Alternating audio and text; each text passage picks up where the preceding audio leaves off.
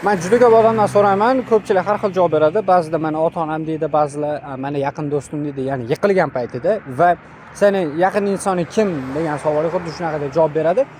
Va men boshqacha javob beraman va sizga ham shuni tavsiya qilaman. Bilib oling. O'zingiz yiqilgan paytingizda va baxtli kunlaringizda, boshqa kunlaringizda doim yoningizda turadigan bu o'zingiz.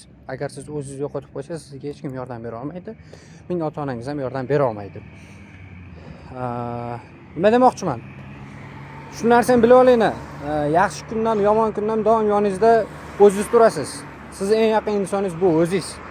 Siz o'zingizni tarbiya qilmasangiz, o'zingizga nimadir investitsiya qilmasangiz, o'zingizga nimadir yedirmasangiz, o'zingizni davolamasangiz, siz uzoq yashay olmaysiz. Siz uzoq tura olmaysiz.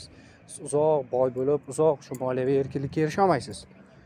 Siz faqat o'zingizni o'ylab, endi egoist bo'ling demayapman. O'zingizni o'ylab, o'z haqingizda qayg'urib, o'zingizga investitsiya qilib, o'zingizni rivojlantirsangiz, keyin mana bu insonlaringiz bor-ku, ular faqat yomon kunda emas, doim yoningizda turadi. Men shunaqa deb o'ylayman.